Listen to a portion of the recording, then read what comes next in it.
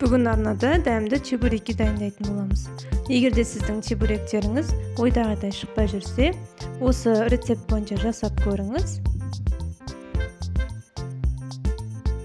Өте дәмді болып шығады.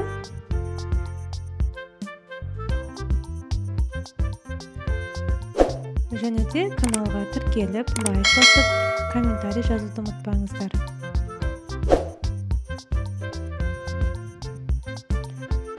Алдымен 500 грамм еліктен өткізілген ұнымызға 1 шай қасықтай тұз саламыз, 2 ас қасық сұйық май құямыз.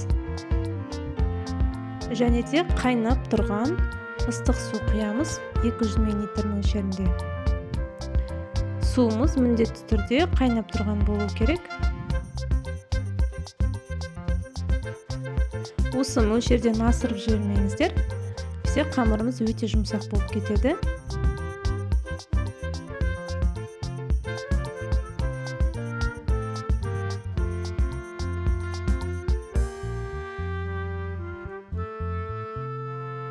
Қамырымызды әбден илеп болғаннан кейін осылай үстелдің бетіне бірнеше рет басып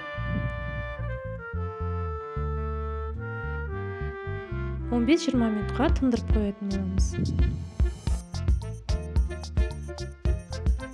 Енді салмасы үшін бір үлкендеу пияз блендерден өткізген жақсы, себебі блендерден өту барысында пиязымыз өте ұсақталады. Сол кезде жаңағы чебуректеріміз сулы, яғни сочный болып шығады.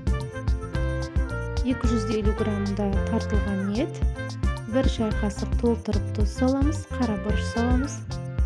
Және осы заттарды жақсылап араластырамыз. Енді тынып тұрған қамырымызды бірнеше бөліктерге бөлетін боламыз. Өз қалауыңызша жасасаңыз болады, яғни кішірек етіп жасауға болады. Орташа етіп бірнеше бөліктерге бөлдім. Және осылай домалақтап, тағы да 10 минуттай кішкене тындырып қоямыз.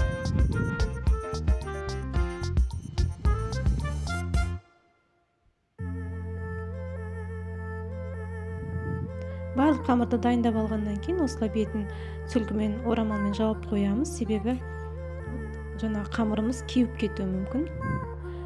Енді қамырымызды өте жұқа етіп, барынша жұқа етіп жаямыз. Салмамызды жаймалап, яғни тез пісетіндей етіп салатын боламыз. Бір қасық мөлшерінде ғана шеттерін жақсылап басып, және де осындай құралдарыңыз болса кесіп бір тегіс қылуға болады. Шеті кесіп тастаған жақсы, және пышақпен де кесуге болады, себебі жапсыру барысында ол жер қалың болады. Піскенде де қалыңда болып қалмас үшін кесіп алып тастайсыздар.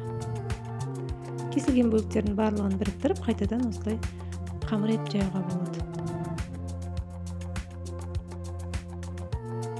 Салмамызды өте көп салмаймыз, бір қасық мөлшерінде ғана.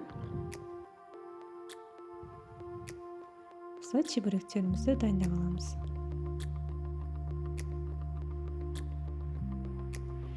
Енді кезекте қызып тұрған майда пісіретін боламыз.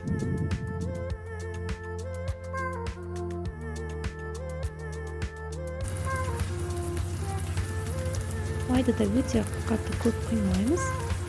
Табаны ішінде жаңағы чебуректеріміздің бір жақ беті бататындай болса жеткілікті.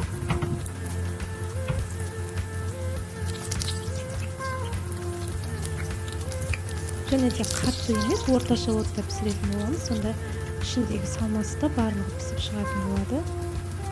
Орташа немесе баяуға жақын отта пісіреміз.